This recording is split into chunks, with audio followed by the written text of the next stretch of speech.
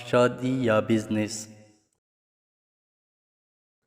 شادی کے اگلے دن بہو سو کر اٹھی تبھی ساس کی چیختی آواز سنائی دی، صبح جلدی اٹھ جایا کرو، ہم لوگ 6 بجے چائے پی لیتے ہیں، تمہاری یہ عادت ہم لوگ برداشت نہیں کریں گے، یہ تمہاری ماں کا گھر نہیں ہے۔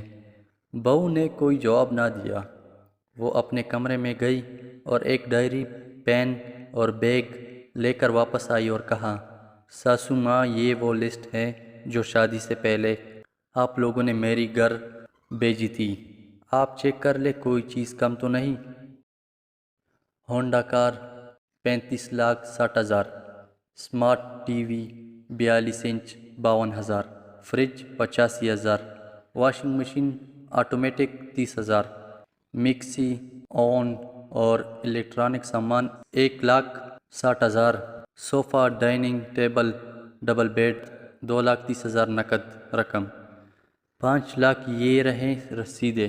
آپ لوگوں نے اپنے لڑکے کی جو قیمت لگائی تو میرے والدین نے قیمت ادا کر کے میرے لیے شور خرید لیا۔